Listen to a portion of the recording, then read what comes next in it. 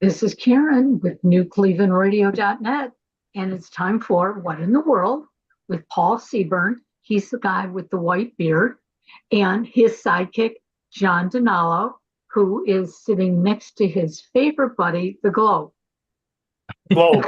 The Globe.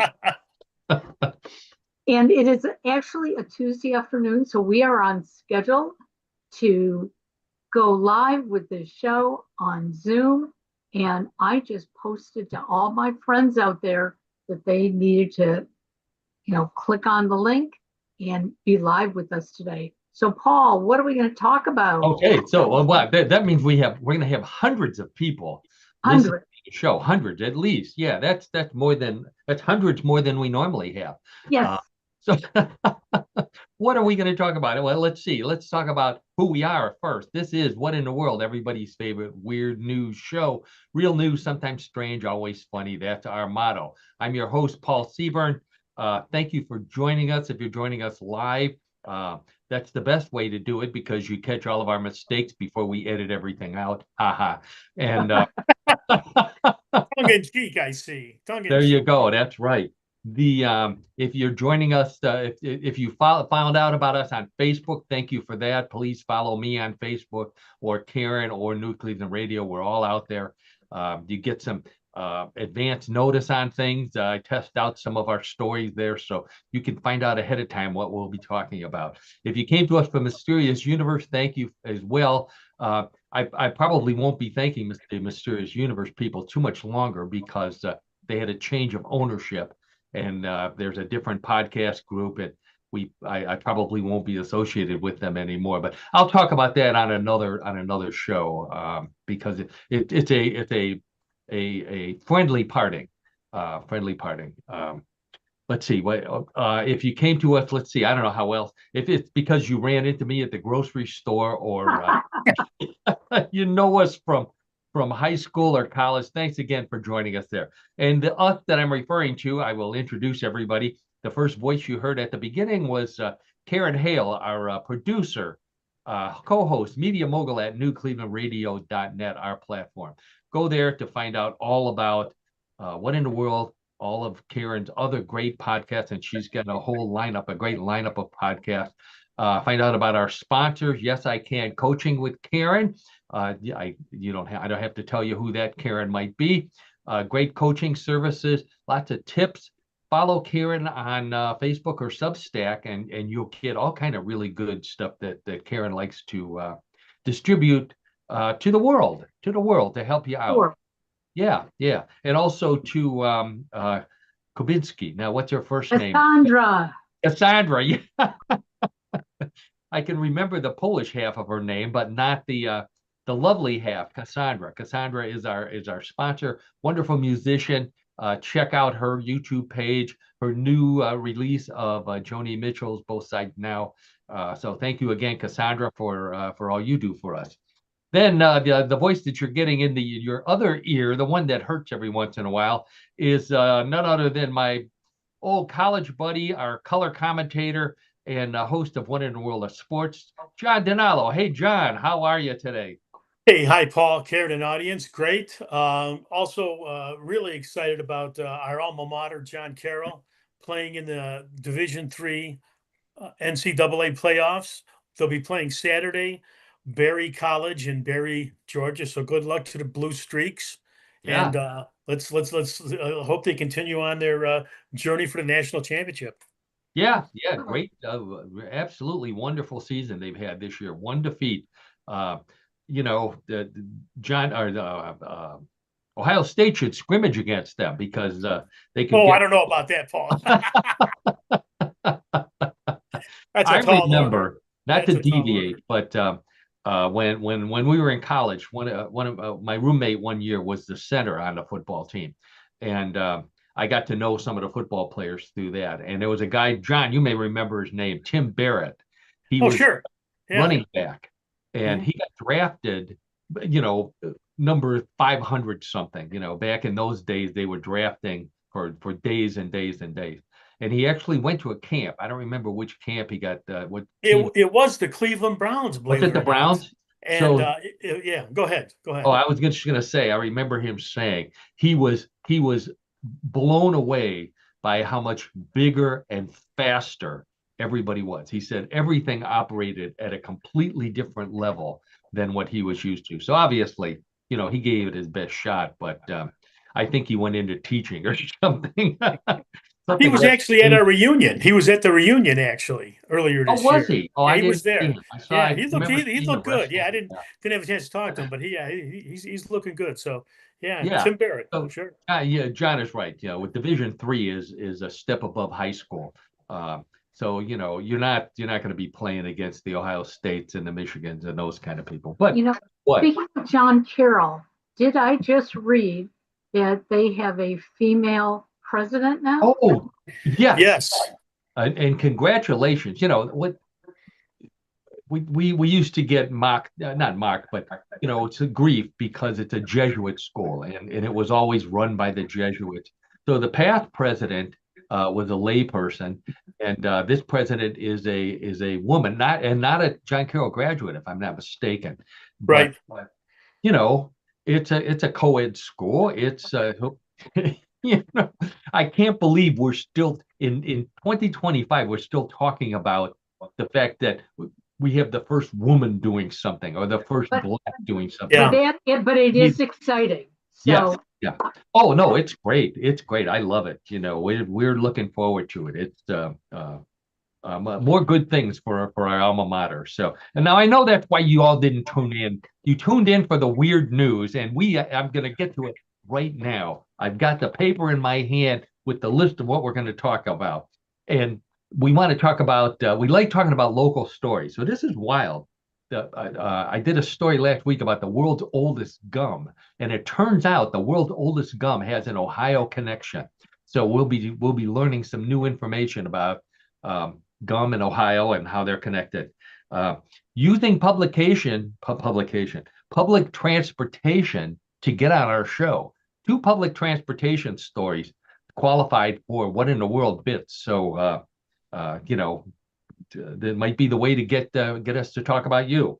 The latest and last minute wedding preparations. Now, none of us are preparing for a wedding, but if you are, this is for you.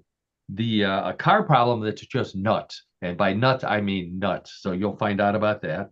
Some savvy snake stuff and an itty bitty buffalo for our animal section. Also, holiday problems and snake solution.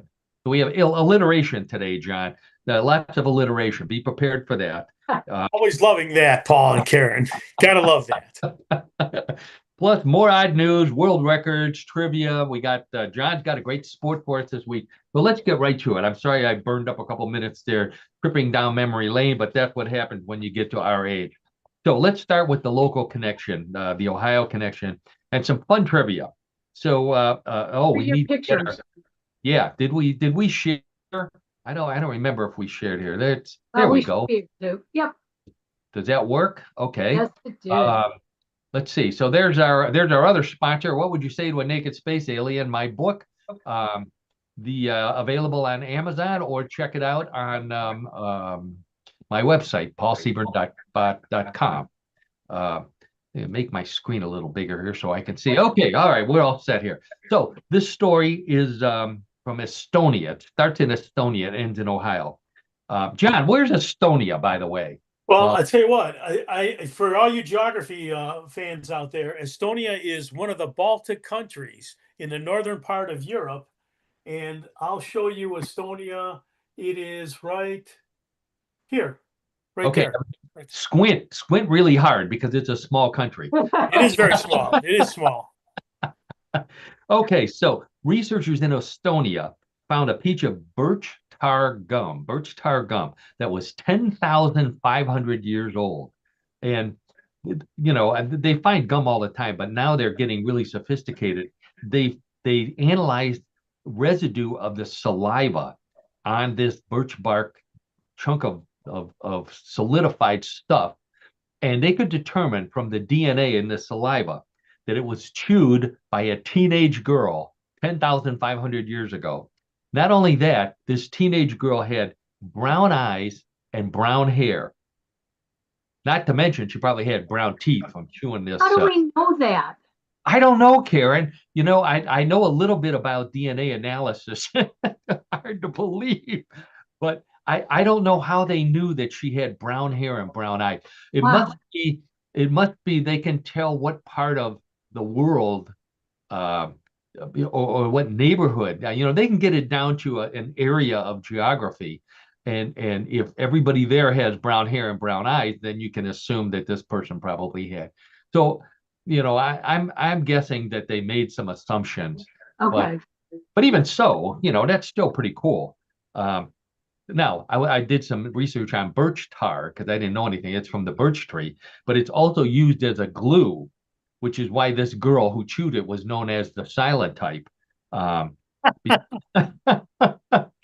can you imagine chewing something that's used for glue? Uh, Now, wait a minute. I have to say this, though. This is driving me crazy. Um, that is not the actual size of the gum, is it? Or is that, uh, I mean, well, I it- magnified it for us. I don't know. How big do you think it is? I can't really I mean, tell. that's like I think it's the a little. largest. It could be the largest piece of gum I've ever seen in I my know. life. Chewed gum, anyway. Wow, look at that. No, Oh, John. No, I think this was they probably found this underneath a bed or a chair somewhere in Estonia. So it's probably about the size of a normal piece of gum that we would chew, maybe a little. okay. All right. Okay. All right. Uh, so but yeah, but to answer your question, I did have a funny answer for your question, Karen. How'd they know? How'd they know it was a teenage girl of all things? Oh, yeah, that too. There was she was with a group of other girls there, and they were all chewing birch tar and they were all wearing poodle skirts. So that's how they knew. Okay. Teenagers, yeah. If this was a movie, it would be called Estonian Graffiti. Oh, There we go. Yeah. I know what you're thinking. Tell me more. Tell me more. Now, okay, trivia question number one, John. Tell me more. Tell me more. What movie was that from? Or Karen, you could answer that one as well. Oh, I can picture it. The lyrics of a song. I'll give you a hint. It's Yeah. from Greece, isn't it? That is from, let me look it up. That is, yeah, it's not from American Graffiti. It's from, what's the song though? You remember the song? Yeah, it's from Greece. No. Summer Nights. Okay. right. Okay. That's Who right. sang Okay. it? Who sang it? Everybody out there, you can play along too. Yell, I'll hear you. It was Olivia, wasn't it? Olivia Olivia Newton-John? Newton-John. Yeah, that's right. And who starred in all those movies? John Travolta. John Travolta. There we go. Yes. We need a bell to ring. I know some trivia. Good job, Karen. Good job. There you go. So, and the movie was Grease, which brings us back to birch tar, which is kind of greasy. So, they also did some research on dentists back in those days, and they said that 4 out of 5 prehistoric dentists recommended chewing sugarless birch tar gum because it was easier for them to pull their teeth after that. Oh, Loosened them up. Yeah, I know. Now, John, this will be interesting for you. This piece of gum was found near a soccer pitch, an ancient soccer pitch, so they're going to rename it Wrigley Field in honor of the birch tar. well, that kind of makes sense, right? There you Yeah. go. So most people associate Wrigley with gum. They're the dominant brand in gum manufacturing in the United States, probably in the world. But they did not invent what we would call commercial gum, not the stuff from the rubber trees or birch tar, but the stuff that people chew that you buy in the store.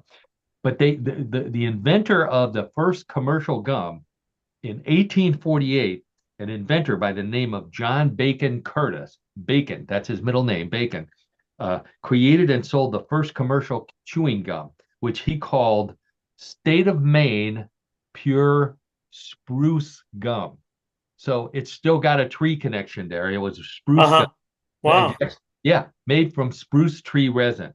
Now, the first patent, he didn't patent it. First patent, 1869, by a dentist who knew he was going to get some business out of this. His name was William Finley Semple, first person to patent a process for manufacturing chewing gum. And he's from Ohio. There's the Ohio connection. So the first gum patent was made by a dentist in Ohio, a very smart dentist. The modern chewing gum was first popularized by Thomas Adams, who got the idea from Antonio Lopez de Santa Anna, the Mexican president, who was then the ex-president because the United States went in, and Davy Crockett and all those guys eventually deposed him. So he gave him the recipe for turning chicle, which is little pieces of rubber, into a rubbery substance, which he said, you got to use this for tires. But this guy Thomas Adams said, "Oh no, I'm going to sell this to teenagers and make millions of dollars," which he did. And the very first gum, which is still available today, is none other than Blackjack chewing gum. Oh, yes. Remember Blackjack chewing gum? Yeah, sure. Oh, you can still get it, John. 1874, it is still available in stores, not just in the nostalgia stores, but I have seen this in the seedier convenience stores that I tend to frequent. My mother used to get that, and then she would press it on her teeth, and then, greet us in the morning, with black all over her teeth. Karen, it's licorice gum. It's black licorice gum. There's not a whole lot of people who like black licorice. So I would think there's a lot of people who were like your mom. They bought it to black their teeth out and pull pranks on their friends, or their parents, or their kids, or whoever it is that. So yeah, if you're out there, you need something for Halloween. The world's cheapest Halloween costume. Yeah. A pack of Blackjack gum. Okay. John, when was the last time you rode a bus or a rapid transit, which is what we call like the subways, trains in Wow. Boy, that goes back. Public transportation, probably 30, 40 years, I would say. 30 or 40 years. 30, Karen, yeah. How about you? Yeah. No, I used to take the bus down to the baseball game. So probably in the last 15, 20 years. 15, 20. Yeah, I've ridden it. Since we moved back to Ohio, I have taken the bus downtown a couple of times. But most people don't, they don't anymore. Would you say that riding the bus in Cleveland is a memorable experience? and No. Either a good way or a bad way. Either way. Yeah. Well, here's a bus trip that is a memorable experience. With this, first things first. In Cleveland, we have something called the rapid transit, which is basically the same kind of trains that you'll see on subways in other cities. In Japan, these are big time, very speedy trains in Japan. So in the Sagami Railway Company in Tokyo is upgrading their equipment, and instead of just throwing it away, people are so nostalgic for riding on Tokyo trains that they're selling turnstiles. They're selling actual turnstiles that you go through with your ticket. And if you don't, I don't know what they do. If you try to cheat on them, they I don't know what they do. They lasso you or shoot you with an arrow or something. Beat you with chopsticks. Anyway, so you can have this installed in your home and pretend that you're getting onto the subway and in the privacy of your very own home. And if you want to make it smell like a real subway, they sell you a can of spray urine smell. So, oh my gosh! That now Tokyo subways don't smell like that. We're talking about Ohio and New York. So Charlie Sheen, I heard Charlie Sheen bought one of these. He put it on his bedroom door to keep count. Yes. So why would you want a turnstile in your house? That was the question that Karen should have asked at this point. But she didn't come to rehearsal like the rest of us didn't either. That's right. So I think this would be a good thing if you're on a diet. You could put it in front of your refrigerator. And that way you could, maybe have to put $1 in or $5 every time you go to use your refrigerator. And then you would have a record. You'd have a receipt of every time you went to the refrigerator. Maybe, I don't know. I don't know how much it costs, so it might not be worth it. Or, you could simulate being in a rush, like rushing through a little gate to get onto the subway, or rushing through a little door to get into McDonald's for the McRib, which, Ooh, yeah. is it bad? Yeah. Are you a McRib fan, Karen? No, my husband is. Oh, he is. Oh, well, this is for him. This is for him and for all you McRib fans out there. So this is my segue. Um, they actually have a McRib locator. It's a website. Just Google McRib locator, and the website comes up, and you put in your city or your zip code, and it tells you what McDonald's in your area are selling the McRib. And in fact, your son should know this because the closest McDonald's selling McRibs in Ohio are in Columbus. Oh, really? Yeah. Okay. A number of McDonald's in Columbus are selling McRibs. The how far would Rich drive for a McRib? Would he drive 120 miles or whatever it is to Columbus? Probably that's how much he likes it. Yeah. How far would he go to find a dry cleaner that removes McRib stains from his shirt? Oh, he just hands it to his wife. Smart man. Okay. So here's another public transportation story. This one's a really nice one here. So 95 years old, Raymond Hager of Wichita Falls, Texas, is now holding the Guinness World Record for the world's oldest working bus driver. He been on the job for 27 years. He's 95 years old. He still works a 40-hour shift every week. Yeah, driving a bus in Wichita Falls, Texas.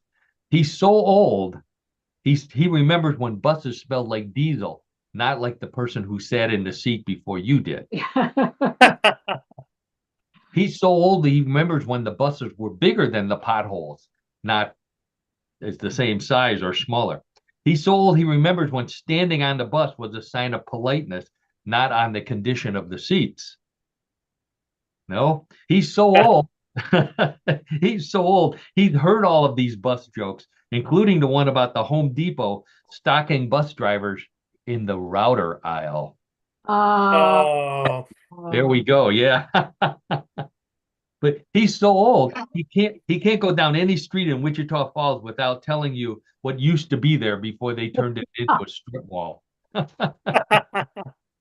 oh. So he thought about retiring. He's 95 years old, obviously. He must have thought about retiring. And he said, I thought about retiring, but he plans to continue driving for as long as he remains healthy and able, or until he gets tired of the kids getting on the bus and putting their blackjack gum under the seats. Can you imagine that? 95 years old. It's driving a bus is not the easiest job in the world. No. No, and God bless him that he's able to do it.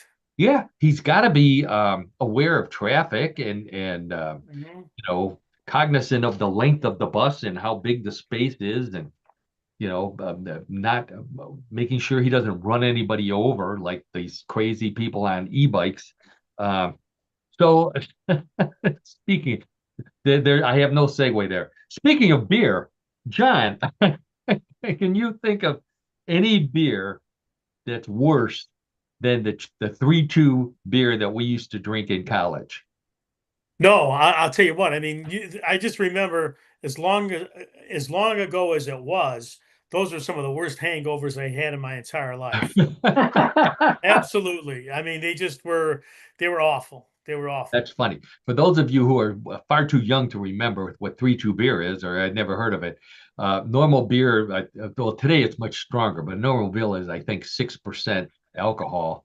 Back when we were in college, there was a law that if you were 18, under 21, you couldn't drink what we called high beer, regular beer. So they had 3-2 beer, which was 3.2% alcohol, which we still managed to get drunk on, by drinking twice as much, obviously. But it was so cheap, as John points out, the hangovers were just terrible. I don't know if they even sell that stuff anymore. I have no idea. I think the law now in Ohio is 21, right? I mean, 21, that's right. I Yeah. don't think technically people 18, 19, or 20 can Yeah. really, purchase alcohol or, Right. yeah. So I thought that there couldn't be anything worse than that beer, or a beer that reminded me of the taste of it. But I found one. This comes from the San Francisco. Get ready for this. Wastewater Purification Company. It's a bad Ooh, kind. Yeah. The company is Epic Clean Tech is their name.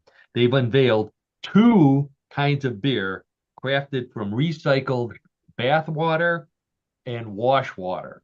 Okay, so that would be from your shower, your washing machines, that sort of thing. They're called Shower Hour IPA and Laundry Club Kolsch, which is a German word which means yuck, I think. yeah.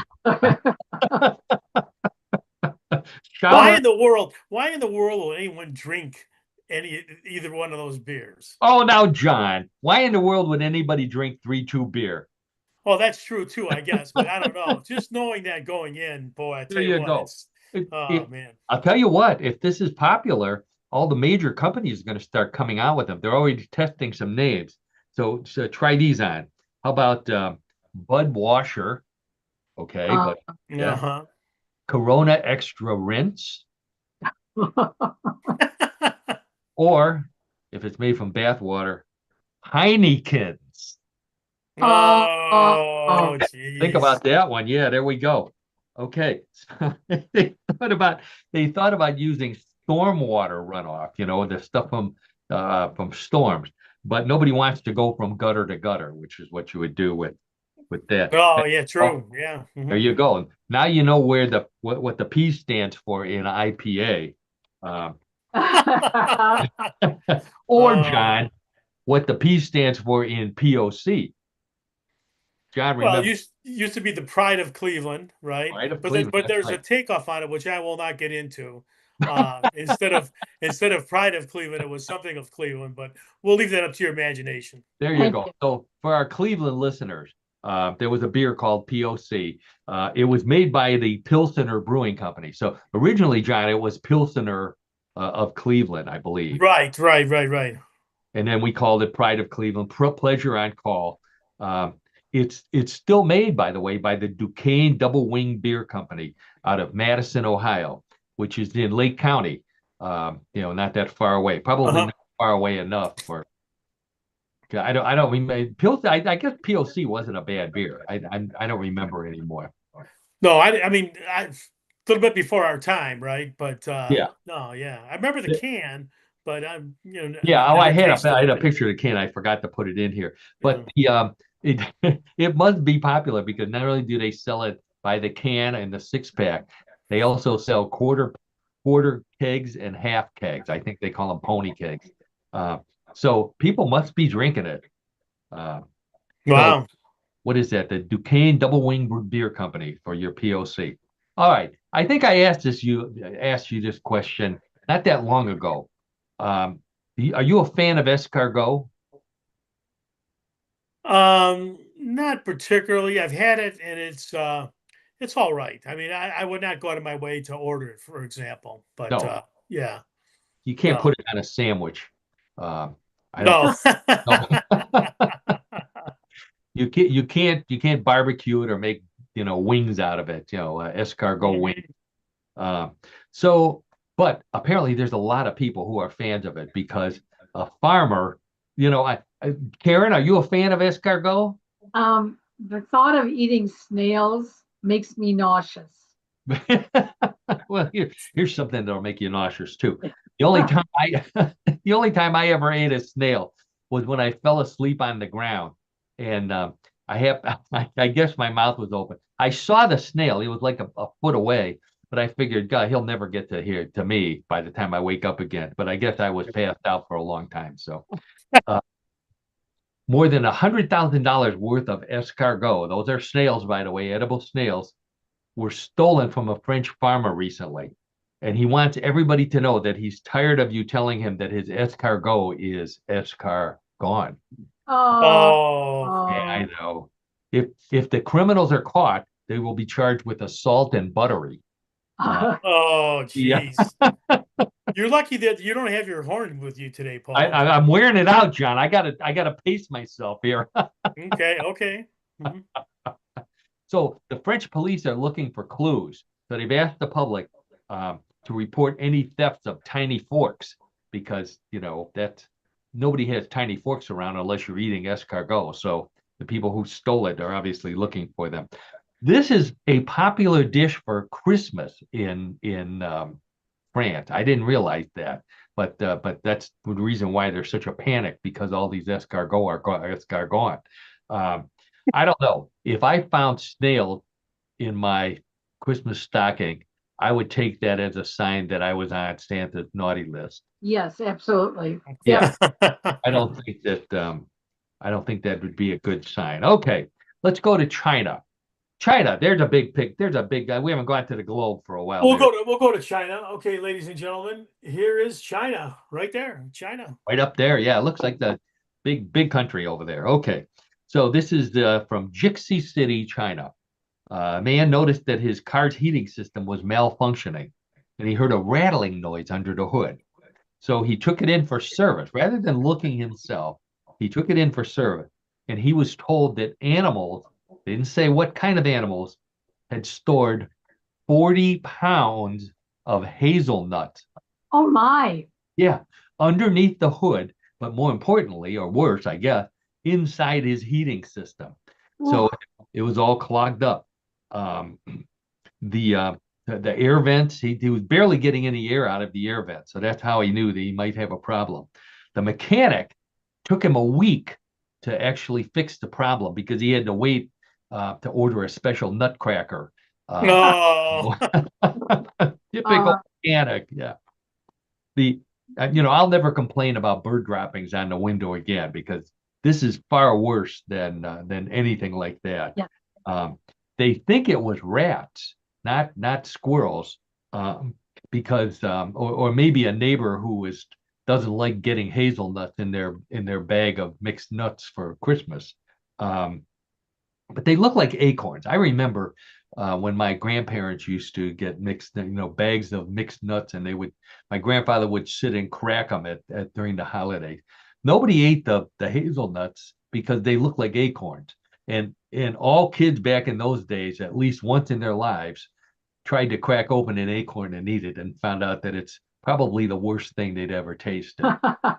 Right, John? Like next to 3-2 beer, I would guess. Yeah, right. No, I remember. In fact, you're right about that though, because my family used to enjoy having nuts at Christmas time and all that. And Yeah. but you're right. The hazelnut really does resemble an acorn.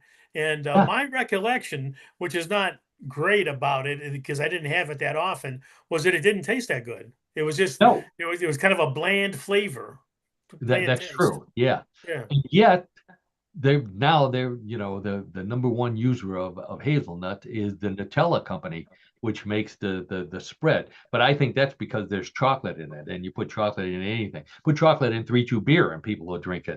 Oh, sure, of course, of course. So not only did this mechanic have to wait for the special nutcracker in order to solve the problem, then he charged the poor guy $500 for removing the nuts and installing a check snack level light. Oh, that's Yeah, original, I know. Paul. That's an original. That's good. Yeah, there we go. So since we're talking about Christmas, here's another Christmas story. Oh, this was a fun story. I tried this one out on Facebook. One of Santa's reindeer escaped from a Christmas event in Formby, England, and he was chased for hours by, get a load of this. This is what they called in. They called in the Merseyside police. They called in 2 Coast Guard teams and the Royal Marines just to chase down this reindeer right here. There's a photo of it. Until they finally cornered it and captured it. Before anybody gets worried, they captured it alive, returned it to Santa, but not before they gave Santa a ticket for driving a sled while texting. So They think that's why Uh, the reindeer got away. And they thought it was Prancer, but he got into some of that buttered rum, and he was definitely Blitzen. So, Ah, oh, oh man, Paul, you're on a roll today. on a roll. They tried to lure it. They tried to lure it back into a truck with a female reindeer, but that only works for Cupid. So yeah, Oh, I don't okay. know how he got his name. Yeah, that'd be an interesting story. I'm gonna have to look that one up for maybe for our Christmas show. How all the reindeer got their name? Because why would you call it reindeer Blitzen? Uh, or Donder for that or matter. Donder? Yeah, I don't know. I didn't even want to know what a Donder is and why he's called Donder. Um, but I think it'd be a fun thing. I'm gonna work on that. So so so what was this for? Obviously, this was for a living nativity scene. Now, this isn't as popular in Ohio, uh, but when I lived in Texas, a lot of the Baptist churches and the Methodist churches, the Protestant churches in general, would have living nativity scenes, and they'd bring all these animals in. First time I ever saw a camel outside of a zoo was a nativity scene of Oh, all. wow. Yeah. So they set it up, they put all these living animals there, and they set it up just like a living nativity scene, just like a real nativity. And to make it even more realistic, one church I went to, they had this giant cat, just like the cat that would come under your tree and knock over all the nativity statues on your Christmas morning. So maybe that was just my house. Okay. My favorite story of the week. A lot of animal stories here. Karen, get ready. I'm ready. Oh wait, no, this is not the one yet. So Okay. in Australia, this is for our newlyweds out there or about to become newlyweds. A new superstition among newlyweds is to bury a sausage the day before a wedding as a way to ensure good weather. Believe it or not, bury a sausage. Now, to make sure that the groom makes it safely to the wedding, he also has to explain to the bride's father what bury the sausage means. Oh, jeez. Ah, Now, here's a picture. This is from an actual wedding party, burying a piece of raw, not cooked, looks like probably German sausage there. And they do this so that the weather is better on their wedding day. Um, in Cleveland, if you bury the sausage for better weather, you're supposed to sing "Who Stole the Kishka" along with it. Oh, man. Burying the sausage, they said, doesn't always work. One couple tried it, and their outdoor wedding was washed out by the worst storm ever. ah, Oh, Oh, boy. I don't even. That doesn't even deserve a horn job, but I gave it anyways. No one knows where the tradition started. This is amazing. I tried to find out who did it. Um, the but even if it works, it's still a waste of a good sausage. Sausage costs too much these days, and I like sausage too much, so I would put up with bad weather and good sausage. Uh, Maybe a hot dog. Maybe you could bury a hot dog and you would limit it, maybe you just get a foggy day or it's a light rain. I could tolerate that rather than burying a good Polish sausage. I don't know. Or Italian sausage, John. Okay, yeah. So, but this reminded me, if you're selling a house, and I don't know if you tried this, John, um, but we did this when we sold our house in Texas. They tell you to bury a statue of Saint Joseph upside down, yes. facing the for sale sign in front of your house, and it helps your house sell faster because Saint Joseph obviously doesn't like being buried upside down in the dirt. So But that's a very widespread tradition. It is. Widespread It is. tradition, I've yes. been to religious stores that sell Saint Joseph statues for the specific purpose of burying in your yard. So now, once you sell your house, you're supposed to remove the statue. So we had already moved, so my neighbor went and dug it up for us. And you're supposed to take it and put it in a prominent place right side up in your new house, and then you'll have good luck in your new house as well. So the theory on how this is amazing here. So there is an explanation for how that started. Have you ever heard this, John? How this tradition started? No, I know it's a tradition, but I have no idea how it started, Paul. Well, this is started in the 1500s by a nun, of all people, Saint Teresa of Avila. So Saint Teresa was having difficult time finding land to build her new convent. She was starting a new order. So in order to find land, she told the nuns to pray to Saint Joseph and to bury blessed medals of Saint Joseph. So that's what they did. Not long after that, they found the land, and they said it must have been those medals of Saint Joseph. So later on, they started burying statues, and they ended up getting all kind of money. They got gold. They got cars. They got all kind of good stuff. No, they didn't. But that's where the tradition started. Saint Teresa of Avila. Okay, this tells you what I like talking about stories from around the world, and obviously that's what we talk about on What in the World. But the strange customs and strange laws from other countries. But this one comes from England. In London, a commuter by the name of Michaela Copeland was charged with, get ready for this, walking on an escalator in the wrong direction. That is against the law in England. Walking in an escalator, there's a picture of an escalator there for you. And witnesses testified at her trial. She actually had to go to trial. She used or attempted to use an escalator other than by standing or walking on it in the direction intended for travel. That's the law. Yeah. If convicted, she could be fined up to $1,300. $1,300. How did they come up with that? Because that's $1 for each of the 1,300 steps she had to make running up the down escalator until she finally got to the other end. Because, wow. Yeah, you just had to keep running and running and running. She pleaded not guilty, by the way, and her lawyer plans to elevate the case to Okay. to a higher court. It's not known whether she tried to go down the up escalator or up the down escalator. But you need to know the difference because it affects the gravity of the case. Oh, yeah, I know that one wasn't as good as the other one. Have you ever done this, John? Have you ever run up? I can honestly say I have not, Paul. No. I can honestly say I have not. You've never had to go to the bathroom that bad in a department store. No, I've had to go to the bathroom in a department store where but I never had to resort to that. I guess that's what I was lucky. thinking. The poor woman probably had to go to the bathroom, and the only way she could, the side that she needed wasn't going fast enough, so she thought she could make it up the empty one. The longest escalator in the United States, by the way, and I think in the Western Hemisphere, is at the Wheaton Metro Station in Wheaton, Maryland. Measured 230 feet long. Takes 3 minutes to ride from the bottom to the top or the top to the bottom. That's a long time. Oh, yeah. Standing on an escalator.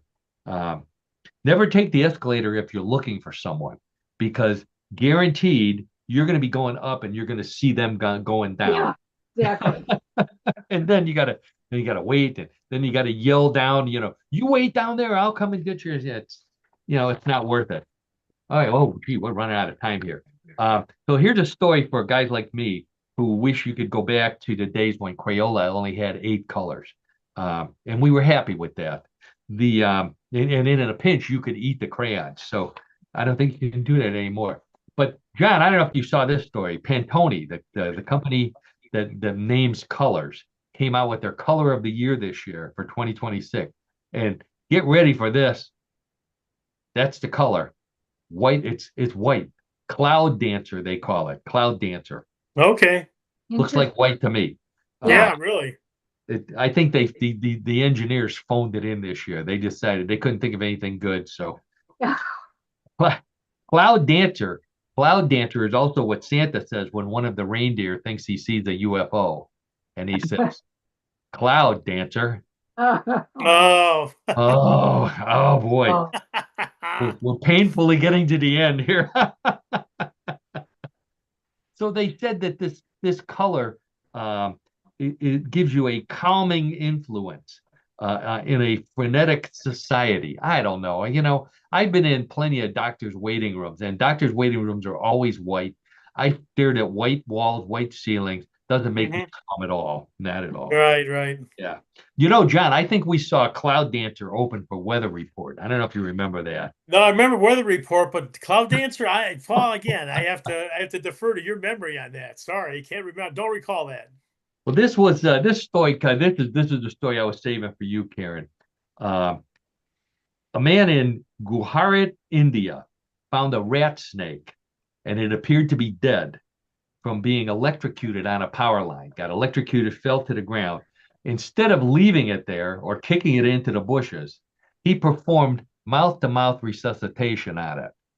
There's a picture of him doing it. Not only did he perform mouth-to-mouth, he did it for 30 minutes until the snake, believe it or not, started breathing and slithered off into the woods behind him. Why? Yeah. That's a great question, Karen.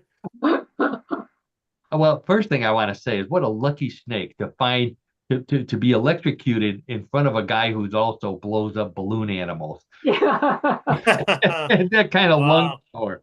So rat snakes are not venomous, but they should wear a necklace, that says "I'm not venomous" in case of electrocution. Please call this guy. Oh my! So after the snake went into the bushes, there were hundreds of rats that lined up and gave that guy the finger.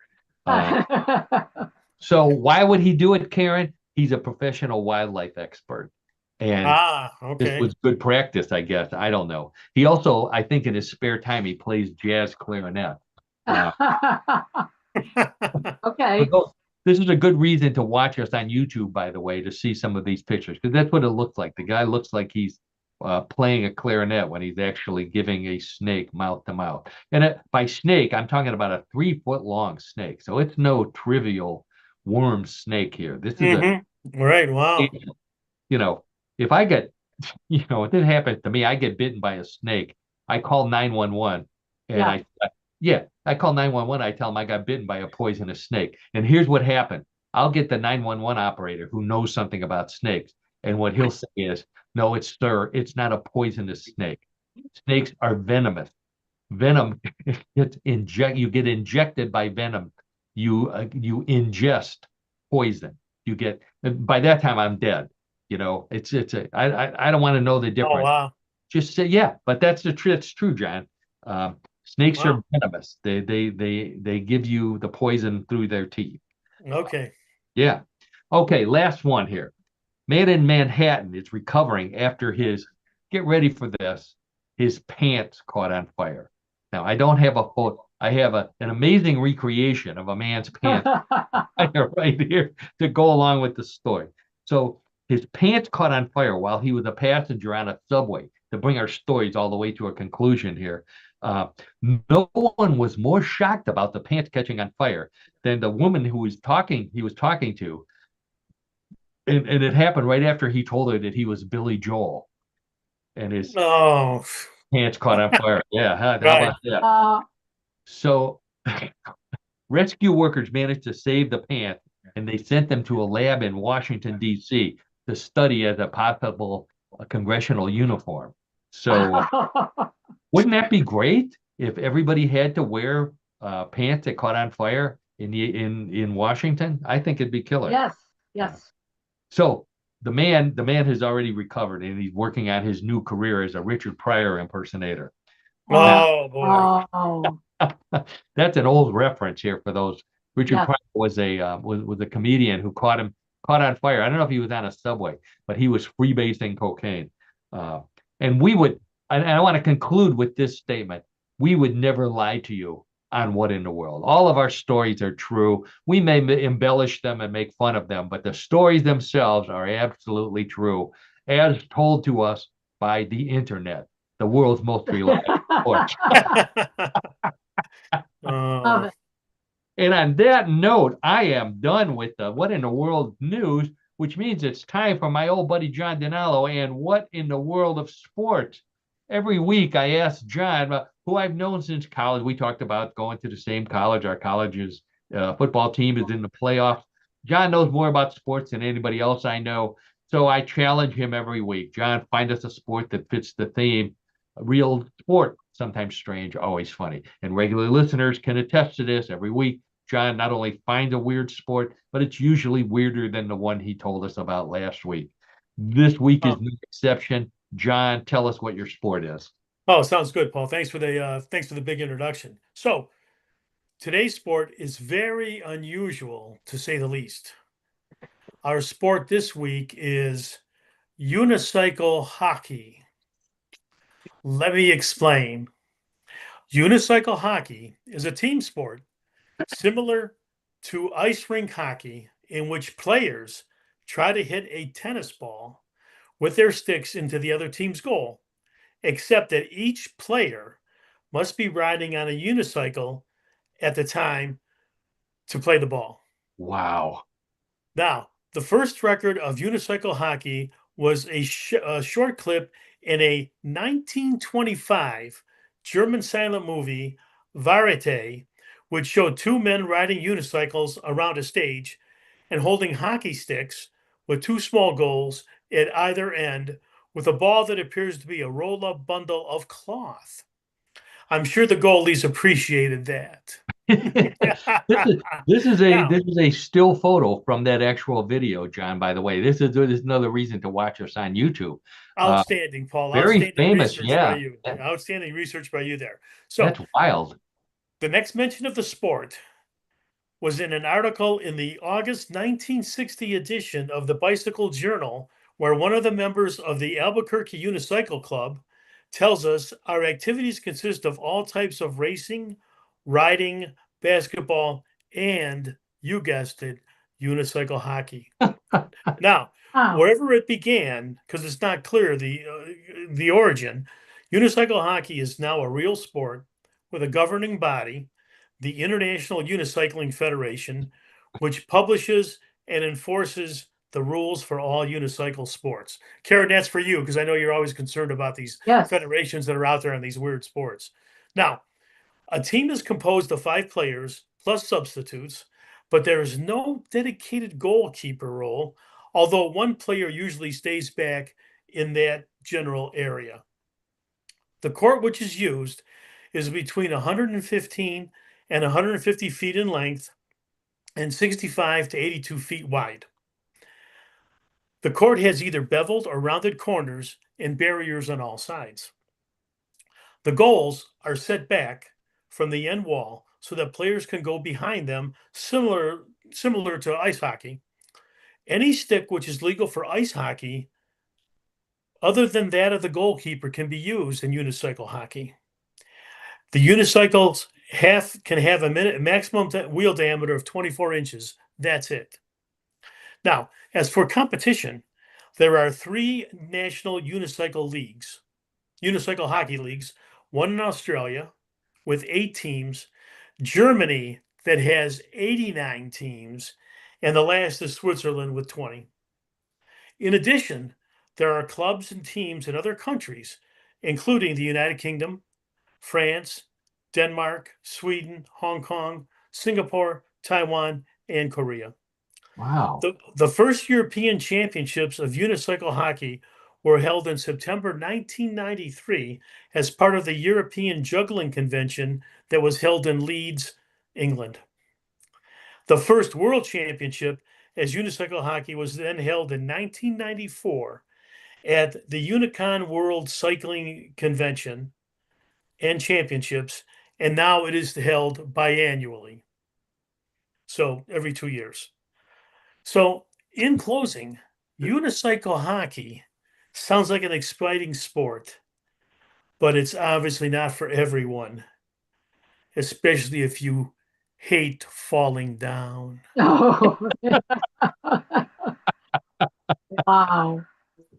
John, how many? You said something like 60 teams in Germany and 30. No. Germany's got 89 teams. 89 89 dedicated teams.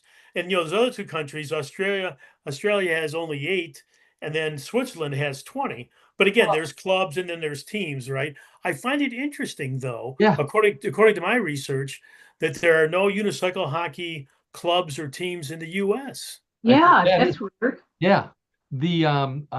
I didn't think that there were that many people who knew how to ride a unicycle.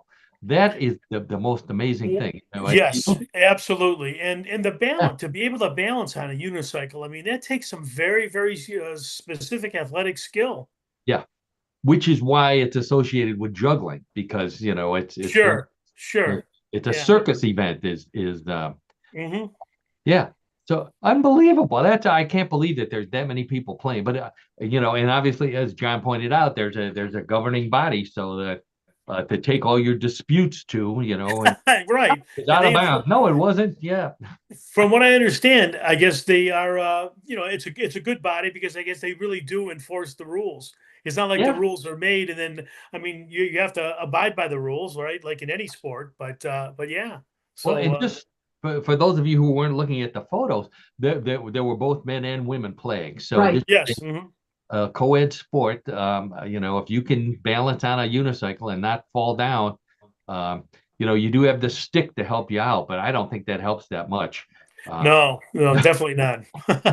I wonder if they have checking and the people lose teeth and all that kind of thing like regular Oh, hockey. I'm sure. Yeah. I'm not really certain of that, Paul. My research didn't really reveal that. So, but maybe No. maybe I could do a little more of a deep dive, so to speak. There you go. Well, when John said we were going to talk about unicycle hockey, I said, I don't think I've ever heard of this sport in my lifetime. And then I started thinking, while I was listening to our college win the game last week, it reminded me when we were in our fraternity. I can remember one time when we were challenged by another fraternity to a unicycle hockey competition. Do you remember that? Oh, Paul, really, I don't. You have to bring me back on that one again. Good thing I have photos from the Carroll News. So Excellent. yeah, Excellent. we got challenged by another fraternity to unicycle hockey. So of course we had no idea what unicycle hockey was. And if those of you who know John and I, based on our age, our physical fitness, and our coordination, we're not going to get on unicycles. But back then we were much younger and stupider, and hopped up on 3-2 beer. So we tried it out, and the older guys, John and I got some unicycles and we got some hockey sticks, and we went riding up to them, and they said, you guys look like a bunch of clowns. Oh, We did. We looked like a bunch of clowns, and we fell over. So we said, there's only one thing we can do. John always comes up with these ideas. He said, let's challenge them to just unicycle racing. Well, bicycle races on unicycle. We can handle that. So I said, sure, John, we'll do that. So we lined up, and John and I noticed right off the bat while we were getting ready for the event that the other team, the other fraternity, was riding down the street holding hands so they wouldn't fall over. wow. A picture of, yeah, they were cheating, Karen. They were cheating. You can't do that. So John says, I got an idea, and this is legal, and we'll win. So John went back to his garage, and he came to the race with a tandem unicycle. So both of us could ride one unicycle. And I think that's me in the back doing the balance, and John up front with the black socks on doing the actual pedaling with no steering, obviously. So on that tandem unicycle, we defeated the Ikais, I think it was, John. Paul, it comes back to me now. Thanks for having that photo. Thanks for it. It just brought back the memory. A good one, obviously, as we were the winners. Tandem unicycling. All right. Great story, John. Great sport as always. And that thanks, means Paul. we've reached the end of the sports segment, which means it's time for everybody's favorite weird news show, Bluff the Co-host. Oh, Bluff the Co-host, one of the most popular sports in the world. Regular listeners know that very, very easy sport to play, very easy game. I have 3 stories similar to the ones we've been talking about all afternoon. One big difference. All of those stories, as I said before, were real. These stories may be real, may be a bluff. It's up to John, Karen, and all of you playing at home to decide real or bluff. Wagering is allowed, so place your bets. John and Karen, hand on the buzzer. Let's get right to story number one. These all have a Christmas theme, by the way. It's that time of the year when it seems like every other song on the radio is Grandma Got Run Over by a Reindeer. So a research group decided to see if this was really possible and how many reindeer it would take. The study was conducted at a reindeer ranch in Illinois, whose owner admitted that he had been run over by many of his flock. He estimated that it would take 6 young reindeer to take out your average grandma, but one adult buck with antlers could do it and not feel guilty about it. The researchers concluded that grandmas should stay away from reindeer farms and horny bucks, no matter how tough they think they are, until after the holidays. Okay, so based on the song, Grandma Got Run Over by a Reindeer, a study was conducted to see how many reindeer it would take to kill Grandma, and it would be 1 buck or 6 small reindeer. Real or bluff? Karen, we'll start with you. Well, I don't know about the 6 young reindeer, but I get deer in my backyard all the time.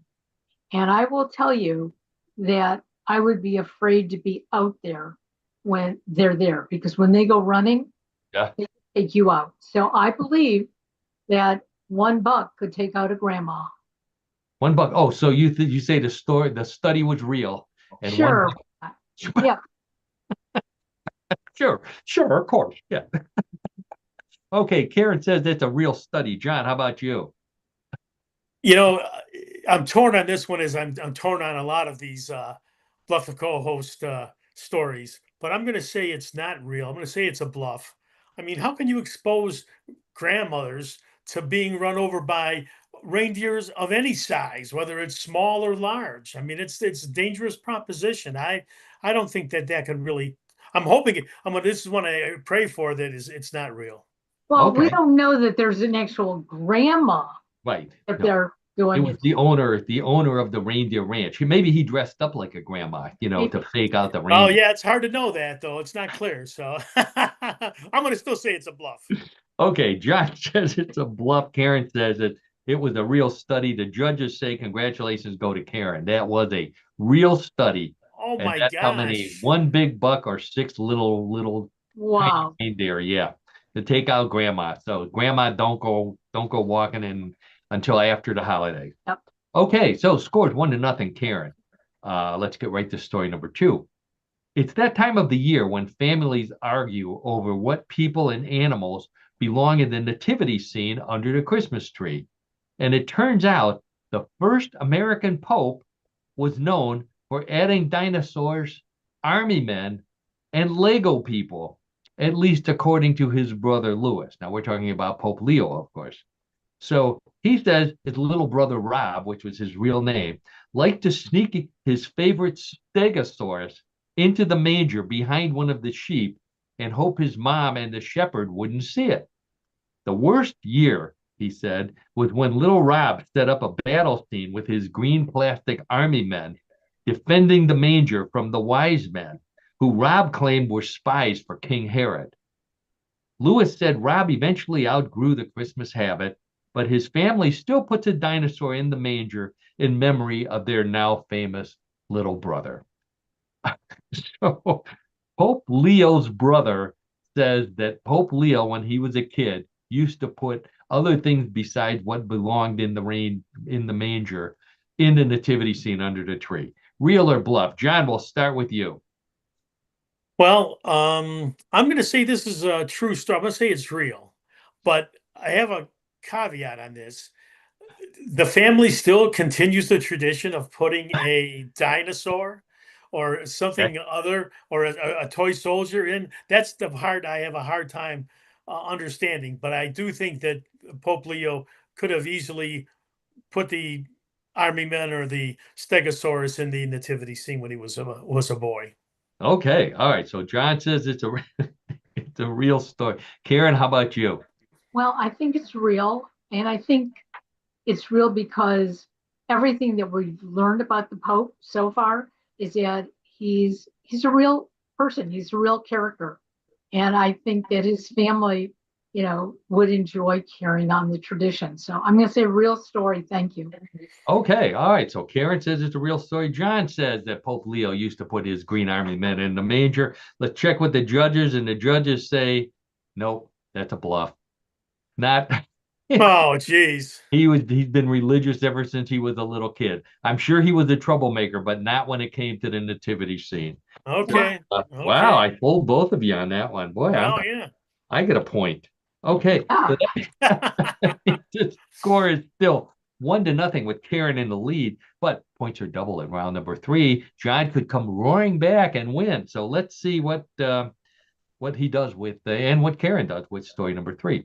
Archaeologists in a small village in France have discovered 3 ancient storage jars dating back 1,700 years that were filled with fossilized baked goods in the shape of stars, bells, canes, and fir trees.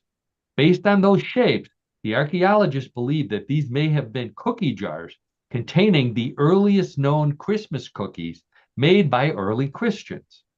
Each jar had about 6 dozen cookies, which still looked edible but were as hard as rocks. The jars also contained residue of what appeared to be icing and hardened sugar crystals, making this further evidence that this is the first evidence of cookie sprinkles. Now, there were no containers with residue of milk or scraps of colored paper, but that makes sense since St. Nicholas, the inspiration for Santa Claus, hadn't been born yet. Okay, so archaeologists in France think they found the fossilized remains of the very first Christmas cookies from 1,700 years ago because of the shape that they were cut in. Real or bluff? Karen, we'll go back to you on this one. Well, I didn't see them. I didn't eat them, but I'm going to believe that it's real. Okay. All right. Karen says that's a real story. John, how about you? I agree with Karen on this one. I'm going to say it's a real story. John says it's a real story as well. A prehistoric, well, not prehistoric, but 1,700-year-old cookie jars. Let's check with the judges, and the judges say, let's see, what shape did he say those were in? Stars, bells, and cane. That should have given a hint that that's a bluff because that was before Santa Claus, and those are all Santa Claus kind of things. Oh, oh boy. Wow, you fooled us. Sorry Yeah, about you did. that. Wow. Congratulations, Karen. Congratulations on the win. Wow, congratulations goes to Karen. Although, boy, it was a tough victory there, and poor John has to go back to the flashcards for a week. I can just see it now. And now they're studying flashcards besides writing out Christmas cards this week. That's right. what we'll be doing. All right. Well, I hope everybody else out there got all 3 of those answers correct. And that means we've reached the end of another episode of What in the World. I want to thank Karen Hale, our producer, co-host, media mogul at newclevelandradio.net. Thank you for all you do for our show, Karen, and for all of the great podcasts. Check out newclevelandradio.net for information on those, where to download ours and the other podcasts, and also for more information on Yes I Can Coaching with Karen for all your coaching needs. Also, thank you to Cassandra Kubinski for sponsoring our show as well. And then I'd also like to, and by the way, I think Karen has ways to get more information about Cassandra and her recordings on her website. Then I want to thank my old buddy John. I'll be seeing John later this week, as a matter of fact, as we'll be discussing our college as well and our fraternity days. But thanks again, John, for all you do for the show and for putting up with me. Hopefully our team will win this week. Oh, let's hope so. And Paul, it's always a great time doing What in the World with you and Karen, and of course the important people, the audience. The audience, that's right. We'd be remiss without thanking our audience. We have such a great audience. Thank you so much. Please send me comments on Facebook. Send Karen comments on Facebook. There's a messaging thing on my webpage, paulseaburn.com. You can. It's easy to find emails these days. If you see me in the grocery store and you recognize me, come on up and say hi. Whatever. whatever it is, we want to hear from you. If you follow us on YouTube, please follow us, like us, do all that good stuff, so we get that kind of feedback. If you get any good stories, there's a number of people who have submitted stories to us on Facebook, especially. So look me up if you've got a good story. We're always open to them as well. Good sports for John as well. Sure. On that note, I think we will head on out. We will be back on Tuesday again next week. So I hope it's warm wherever you are around the world.